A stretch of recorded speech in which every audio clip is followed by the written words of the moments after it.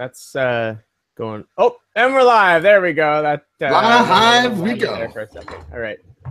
Welcome to the Yeah, podcast. It's gonna be a podcast tonight. A podcast tonight. I know. Surprised you didn't break out some achy breaky heart.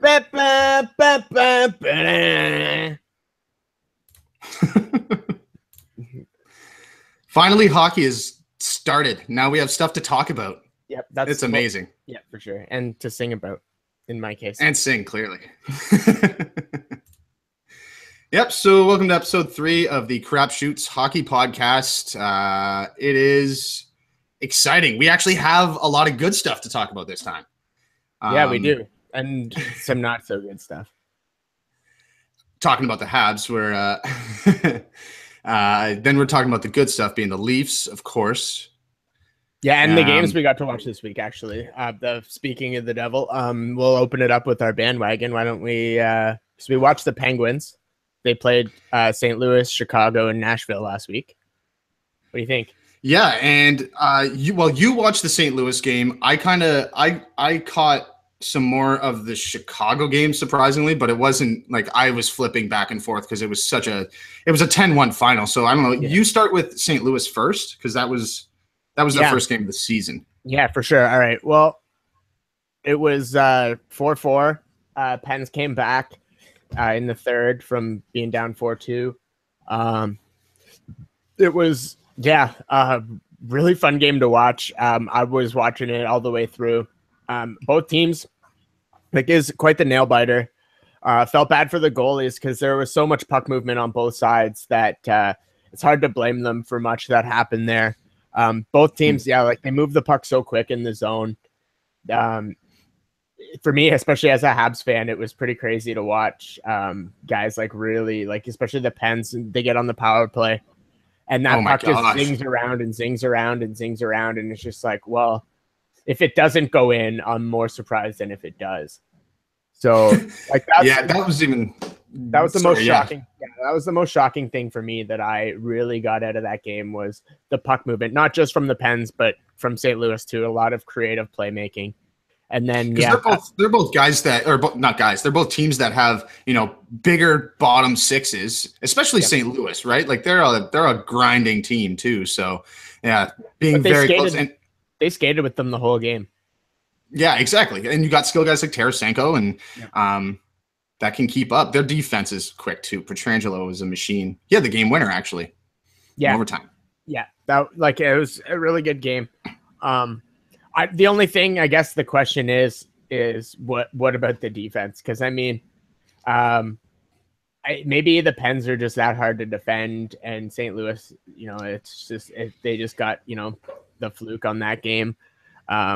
But for Pittsburgh, definitely, if the only question, if any, was do they have that defensive depth? Because they were actually down 4-2, going with about 9-8 minutes left, I think it was. And I believe Pittsburgh was already on the power play. And then Braden Shen the puck got into his equipment or whatever, and he grabbed it and just hucked it. Yeah. Like baseball style. So that put him down to a 5-on-3. And then, they ended up scoring, making it 4-3 and then tying it up. Yeah, exactly. You can't give them the 5-on-3. That's ridiculous. No. Yeah, exactly. So Pens made it real close. They fought back, but ultimately didn't lose that or win that one. They got a point. So I think going into their next game, which was it was the second of a back-to-back against Chicago. Yep. And that must have that had to be, the reason why they lost 10-1. It can't be the only reason though. No, it's not the only reson because Chicago's actually amazing. Yeah. Oh my gosh. What I really liked, like I said, I didn't see the game, but I really like the condensed version. I feel like was really all you needed because it just looked like it was just a total domination for Chicago through and through. But it just looked like Kane and Taves were dominating, but not for themselves, which I think is something that the coach must have brought to the table because it's like you have all these new guys, you got to build all this new chemistry. You guys can make it happen, but let's see what happens if we're making it happen for everyone. Yeah. Yeah. Oh man. And Kane had 2 disgusting passes right off the bat. One was that spinorama, which I'm sure you've seen over and over on highlight reels. And then what was the other one there? He had a couple that he fed right through the slot. Like just one of them, I think, was a little bit of a sauce. And then to your point with, Taves and Kane being like, yo, we have a supporting cast, use them. Yeah. Saad scored a hat trick, and it was Taves who passed it to him, and they even said over the condensed game, it was just like, there's no chance Taves was passing this or shooting it. Yeah. He was passing it all the way, and I mean, it looked like a really lucky third goal, but still, that's to your point. They're using their supporting cast. Yeah. Yeah, and their next game went into actually. I'm not sure if they went into Nashville, but they played Nashville. Yep. And that was a huge bounce back game. It was really slow. Like I felt they gave Nashville a lot of credit for what they had done last year, because they came in not trying to skate around them like they had in the last few games. They played a much grittier game down the lineup, and they really I found it was a lot slower, but still they both played a good possession game. The difference looked to me like it was the goaltending. And it wasn't even Pekka Rinne who was in for that game again, for Nashville. It was their backup, Saros. Yeah, Saros. And a couple bad bounces, but I mean, it's hard to judge. Hard to judge on when you're getting they got outshot, I'm pretty sure, by quite a bit. But like I said, it was a really good game to watch. I wouldn't have said it was as exciting as the first two. I think that was a game for more. Yeah, well. For sure. It was one of those ones I read a post game, and the headline was Ryan Reeves makes his case for fan favorite in just one game, because he's the tough guy. He played. He was sat in the penalty box longer than he actually had time on ice in that game, and he had 2 fights against Cody McLeod, Austin Watson. Which, I mean, Nashville isn't the speediest team aside from Philip Forsberg, Ryan Johansson, PK Subban, and Roman Josi. Yep. They also have like that St. Louis build too, where they just grind it out so much, and then the skill comes out. And it works, clearly.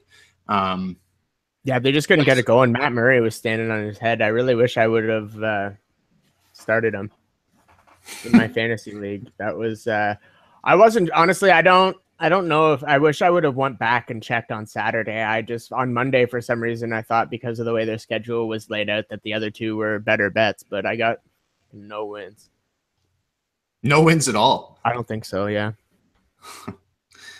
Crap. Not a great week. Anyways, so that's our recap. I think we consider our bandwagon of the week this week a win. That's if you watched those games with us, I think you had a good time. So hopefully we can keep it up. That's a streak of one. One in a row. I don't think it's a streak. One in a row. One in a row. Next segment. You want to talk about your Habbies? Yeah, we'll start. News segment. Habs news. Home opener tonight after being crap. I'll get into that later. Home opener should be good. Apparently ticket prices are retarded and they haven't sold out yet. So that's I don't Scalpers have are gonna make some coin. Yeah, I think so. I don't have an opinion on them filling the stadium or anything. I just really think that, I just want to see a good game. It's been tough to watch. Yeah, and another home opener is the Las Vegas Golden Knights. I guess just the Vegas Golden Knights. It's not lost. I see. Who's the loss? They're VGK. Yeah, just Vegas. Okay, that's weird. Yeah, so they're doing their home opener tonight. That'll be super emotional. So I'm going to tune in for that and just kind of see what sort of tribute they do at the beginning. And they don't have any ads on the boards. That's right. That's all Vegas strong. So that's really cool. Really cool. I really hope. Yeah, I'm definitely going to be tuning in. I recommend everybody else does as well. That'll be I'm sure they'll have something pretty nice planned out. And their Russian star potential, I guess. I don't even know how to say his name. Shipyachov? I always say Shepachyov. I don't know. That sounds more right than mine. Some people say Shipachev, don't they? So I don't know. I thought that was a different person. So what do I know? Anyway, so I was reading actually. I had no idea that they actually sent him down to the AHL ahead of the season. Yeah, and well, he went through waivers, but I didn't realize that he went down to the AHL. I thought they were just putting him through waivers for the sake of it. Yeah, and okay, yeah. So they put him on waivers, which I still don't understand. Other than the fact that George McPhee is looking to just trade an NHL guy for a 6th round conditional pick or something late, but they signed this guy, like they signed him out of the KHL and he's coming over here to play in the NHL. Unless he had an absolutely dog shit training camp. Yeah. Doesn't really seem to make sense, but well, unless they don't want to win. Like if they just brought I think that makes sense. Like I don't know the guy. I still have him in my fantasy league because I don't know what's gonna happen with him, and he's listed as out, so he's taken up an IR plus spot. But I guess that helps. Yeah, so I don't I'm interested to see what happens. I don't know what frig. Send him to the Habs. Put him on center. We'll see what happens. Yeah, you guys do need something. Anything. Yep. Whatever. But yeah, I don't know. I guess I'll probably drop him on my fantasy team, but I thought he had more hype than that. I picked him real late, so it's no harm, no foul, but and was it a Washington Capitals guy made history, NHL history? He was headline. The headline is the best. From the NHL trade rumors, they said the first shooter to make Australian headlines since wideswept gun legislation reform 21 years ago. I thought that was pretty funny. I think the headline's better than the actual news. Like it's cool. Like the Australian Hockey League's pretty sweet because I'm pretty sure it airs in the summer. Because I'm pretty sure that last summer when I was itching to watch hockey, I managed to find some of their games on the internet somewhere. So it's cool to know that hockey is on its way up around the world. It's on the way up, down under. Or is it on the way down because they're on the is up down there? Well, a knife is a spoon. Yeah, so but is he on his way down because I guess everything's backwards, right? Yeah, because they're in the southern hemisphere. You should tweet him. Just ask him. Yeah. Also, I'm glad we can stop talking about the Pens going to the White House. That was really annoying. Oh, shit. Just this whole White House itself is just a pain in the butt to talk about. Yeah, get out of my sports. Fucking politics. Yeah, this is what I watch to get away from all this crap. Yeah, exactly. Oh man. Yeah. But there's another rhetoric behind it, obviously. No, again, it's not my country. It's not my whatever, but it's not my fight, not my country. Yep. I support what's happening. Yep. All right. Habs let's talk about the crappy Habs. Okay. They have sucked. I don't have any excuses because new team, new coach, all of that garbage. But it's not been fun to watch. I'm really hoping that Schlemko is good because we really need him to be good. Because if he's not good, then we're really screwed because our defense is looking like crap. I was even joking the other night that we should move Jeff Petrie up and to the other side because we're not getting anything happening. I mean, Mete's been playing all right. And I know Petrie's I don't know jack shit about how guys can move back and forth, but my God, can we just get the Are you saying because Petrie is a good puck mover or yeah, well, I mean, as good as we have. Okay. Yeah. He hasn't been playing that hot. So it's if you can put him with Weber, maybe that'll loosen both of them up. I don't know how it works positionally, but you got to try something. Yeah. So then that's what I wanted to ask you too, because I follow His name's Arpon Basu, I believe. I probably butchered the crap out of his name, but he's a Habs beat writer, and he writes for The Athletic as well. And he was talking about how it's a new look Habs versus like the Terrian era. So did Terrian always move, like switch his lines? Yes. Okay, so then that's the difference incessantly. Here. So just try something and then doesn't work, change it. Not even that. Even if it worked, change it. Oh, so that's what was confusing, because it almost seemed like he would change lines as a strategy. So you know what I mean? Like, it wasn't so much a chemistry thing as a like literally he was trying to match the lines to who they were playing, because you'd have guys like sometimes, when they had the egg line and like they had a few lines that would gel so well for a period of time that they would get stuck together. But it felt like most of the time he was just moving things around to try and adapt. And it always felt like we were trying to play to the other teams. And that totally makes sense, because exactly that. You're not even playing your game, you're playing their game and trying to be strategic about it, right? So that's what that makes sense then, is, because the whole news and reason why he was talking about it was because Julien had said, he's like, I'm not changing things ahead of the home opener. Yeah. Because you got, what are they, 1 and 2? Yeah. So all the reporters had to wonder, something's got to change, right? It's always changed in the past. But That's new look. I like the mentality. I like the idea. I may not be the biggest fan of the roster, but I think there's potential if they can come together. Like, they have good players. They're not necessarily the best players. But the Habs, the last time that they surprised us and were super good, their team was very similar. Yeah. Yeah. So now let's talk about the good stuff. Like, I mean, no, Leafs. Wait, hold on. Come on. I'm not done my Habs news yet, you bitch. I'm itching. Bergevin was at the Islanders game yesterday. Are you kidding me? I have to talk about this. So okay, yeah. I guess so. We're gonna trade Galchenyuk and I don't know, some other stuff, as much as they need, and a lot of draft picks in return for John Tavares, who's going to come and win us the cup. So just go balls deep on Tavares. Okay, Leafs news. Let's go. I don't want your opinion. Go. Let's go. Yeah, because I mean, ultimately, the Leafs are going to end up signing Tavares, so that's going to be a pain in the butt. Okay. Sure. In fantasy land, that's fine. Yeah. Keep going. All right. Here, let me just screen share real quick, because oh boy, Austin Matthews had one hell of a game last night, and the Leafs are just killing it.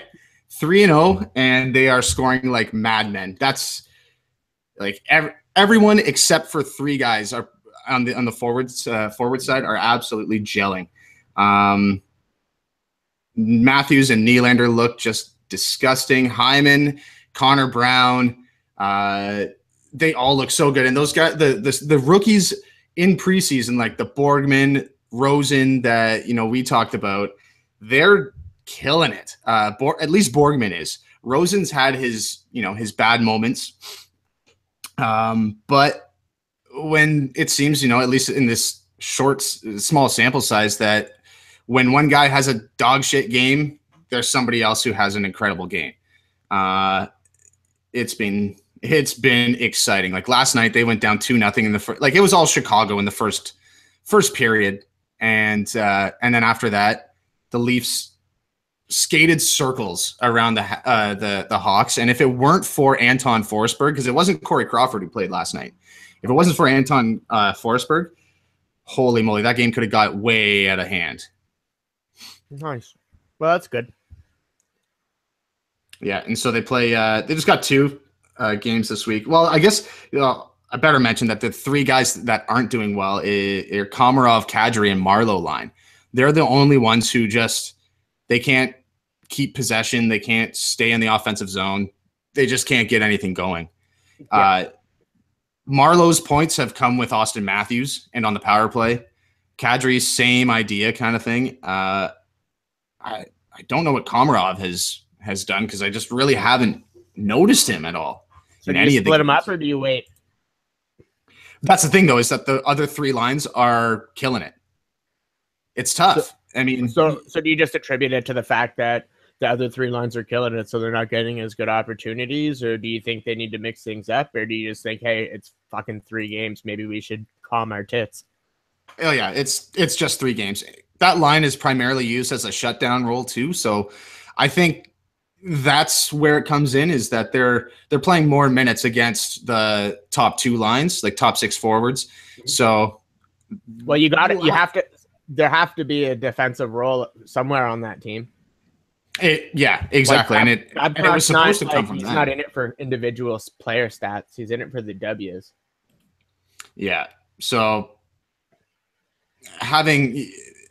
it's weird because you can tell Babcock really loves his Kadri and Komarov combination because they dig in the corners so well. I don't know what it is, if it's Marleau that they're still trying to get used to. So do they pass the eye test, or is it actually bad? Like it's 3 games. Like to me, it sounds like this is no big deal whatsoever. But I mean, do they look like shit, or is it just the fact that everyone else is doing so good that they look like shit? Like it's just a little bit of both, I would say. You know, it looks like shit because they all don't look like they're playing together. Mm-hmm. That's the only problem, because the other 3 lines look like they've been playing together for a full season kind of thing already. Which they have. So, and well, yeah, fair enough. Yeah, they really have, because it is Marleau that's still trying to figure things out. I'd say if we talk again in 2 weeks, I bet that line turns it around and some other line goes down. Arguably, yeah, I would even say that if you're talking eye test, Komarov, Kadri, Marleau line has looked better than the Bozak, JVR, Marner line, but they look better because they've scored. Like Marner, Marner, is the numbers the only thing that matters, or are they doing a job right now and it's just the numbers aren't coming with that? I don't. Yeah, it is early. About articles like that. You know, when people are talking about this so early in the season, it's like the team is killing it. Like because one line's not getting stats, it doesn't, like, maybe that's the role that they need to play for that team to get wins. You know, I guess what? It's more of a strategic thing. And yeah, I mean, just talking about that one line is really the only bad thing that I could talk about. Mm-hmm. You know what I mean? Like the Leafs really did play a stellar 3 games. It's only 3 games, but man, oh man, like it's a lot of upside because it's defensive systems that need to be figured out. It's covering for it. It's the difference between the first period last night and then the second and third period from the night from afterward. Because the first period, nobody was covering for their guy, you know, because the Hawks skate and skate and skate. So they're going to skate from one side of the ice all the way around to the other to switch your coverage, get a double team, and then suddenly, you know, many teams are going to do that. But it's a matter of being able to pick up who your guy is, right? That was the eye test. Nice. All right. So Habs Leafs on Saturday. Are we going to live stream it, or are we going to come up some sort of bet, or do we want to do something? It's tough that we're a couple hours away, or else I'd give you my Leafs jersey to wear for next week. For next week's podcast. I have a Leafs shirt. I don't have anything Habs, so that kind of... You can just wear a toilet seat. I'd actually probably prefer that. Yeah, I would. I was going to say that would be probably a better bet. I don't know. Do you have any bet ideas? No, I just thought of that last minute because we were talking about how we may want to do like a live stream and watch it together. So I wasn't sure if we wanted to do that or if we wanted to. Actually, I'm gonna be in Kincardine this weekend. Sweet. Well, why don't you come over and we'll stream us watching it? Yeah, that's a good idea. Cool. Winner buys the other one. And then we'll beer. fight. Yeah. Well, yeah. Yeah. Beer definitely sounds a little bit better. Yeah, for sure. All right, let's move on to some to our crap tweets and our amazing tweets of the week. Yeah. Okay, so our crap tweets are basically just because it's been easy to find. These are just a couple of examples of why I hate being a Habs fan sometimes. Like, I don't like even now, like the negative stuff that I've been trying to say. It's like I feel bad. It's 3 games. I know nothing about hockey, and I feel like most of these fans are the same, but they're a lot more negative than I am. So let's dip into the first one here. Wow, I can't believe the Habs are just having their home opener tonight after their season is already over. See, it just sounds like Leafs territory, but the way opposite direction, you know? Yeah. You guys are already saying the season's over. We're planning the parade. Yeah. Yeah. It's just like, come on, people. All right. And then there's this one. When you play hardball with Markov and Radulov and your new improved team starts the season with 3 goals in 3 games. I burst out laughing at that one. That's very good. It's really funny, but the sentiment is ridiculous. But I get it. They got the attention. They got their attention. All right, let's move on. All right. Good tweets. So we had the good tweets. So Anne Murray. Do you want to pull it up? Do you want me to? You pull it up. All right. I don't want to deprive people of my gorgeous face. Well, that's true. Why would you want to do that? I'm just not figuring it out. Computers are hard. It's that green thing, that green button that says screen share. It's because I can't freaking see it. It's on my monitor, and it's just on the outside of the border. All right, here we go. Anne Murray. It's that little green thing. It's too excited to get. Is it too soon to get excited about this Maple Leafs team? Too late. I am. Me too, Anne. See, it's not too soon to be excited. It's too soon to be disappointed, as I just discussed. This is very good on Anne Murray. I like her excitement. Keep on watching hockey, even though it's the Leafs. The other one that I can pull up here. Let's just take a look at this picture. Oh yeah, what a beauty from the night. Is that Lupul?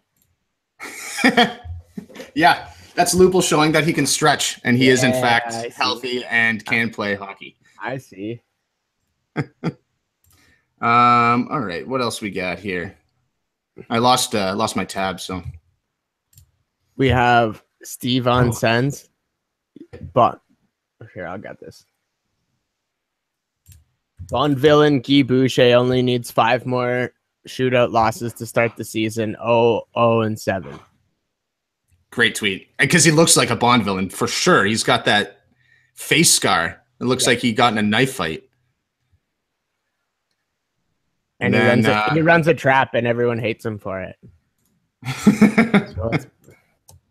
And then, the funniest freaking, oh my God. Are you going to pull up the Père Noël, or do you want me to? Oh, yeah. We also need to tweet that out, because people need to watch the video. I'm going to post it in the link on YouTube. I guess our audio wouldn't go through. I know our audio won't. So actually go follow us on Twitter. It'll be there.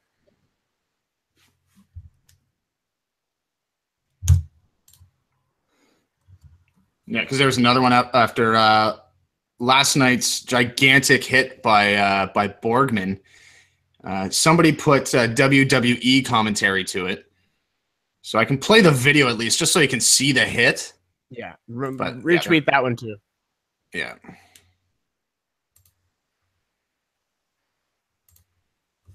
So here's the video. Kaboom. It's unwatchable.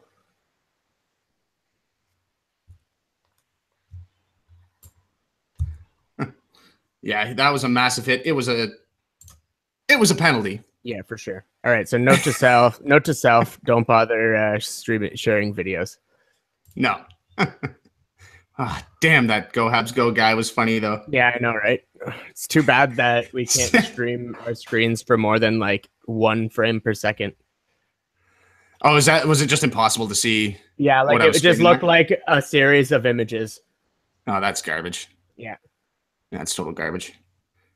So move on to our next segment. We're gonna have both of those videos on our Twitter, so go there. Yeah. So bandwagon of the week for next week, our top three in contention is Washington, New Jersey, and Ottawa. We decided that we're going to watch Ottawa. They're playing Vancouver, Calgary, and Edmonton. We want to get a feel for what's going on out west. And a little Canadiana feel. That's it. And Ottawa is a fun team to watch. So I think it'll be pretty good. I haven't seen anything from Vancouver this year. All I've heard is that the Sedins aren't getting as much ice time. No, yeah, they're playing like 10, 14 minutes. I dropped both of them today from my fantasy team because they're not going to get, and they even said it in the little fantasy thing itself, is that they're expecting not to be a factor this season. They're just going to, actually what I think Henrik even said, he's like, the Canucks don't want us playing 22 minutes and winning. Yeah, that's the bottom line. Like, these Canucks want to tank hard. Not that, but they also need to give somebody else a chance. These guys can't have this team on their shoulders forever. Yeah, they're like 37, 38. So honorable mentions go to New Jersey. They're playing the Leafs. So there's an L, hopefully, knock on wood. The Capitals and the Rangers as well. So they blew out Edmonton on Monday. There was a lot of fun to watch, lots of skating. So I figured I'd throw them out there this week. And those are two divisional games as well, too. So get a little taste for what's to come as well. And then the other one, which is a full divisional game, which is a very close runner-up, is the Capitals 3 games against the Pittsburgh Penguins. So you got your OV and Crosby matchup. Then you got Capitals against New Jersey, and then Capitals and Philly. So there you go. Philly's got a different look, too, than the last time I remember watching them. So I might try and catch that game. Well, Giroux's playing on the wing now, too. Yeah, so it'll be interesting to see how things look for them and how things stack up. Yeah. So hopefully we can go two wins in a row, or increase the streak of 1 to 2 for our bandwagon watch. 2 in a row. We'll hope for. All right. Thanks for coming out. And, there's the pod. Crapshoots Hockey Pod. We'll catch you next week. And be safe. Stay in school. It's fire prevention week as well, Bob. So check your carbon monoxide and smoke detectors. And have your pets spayed or neutered.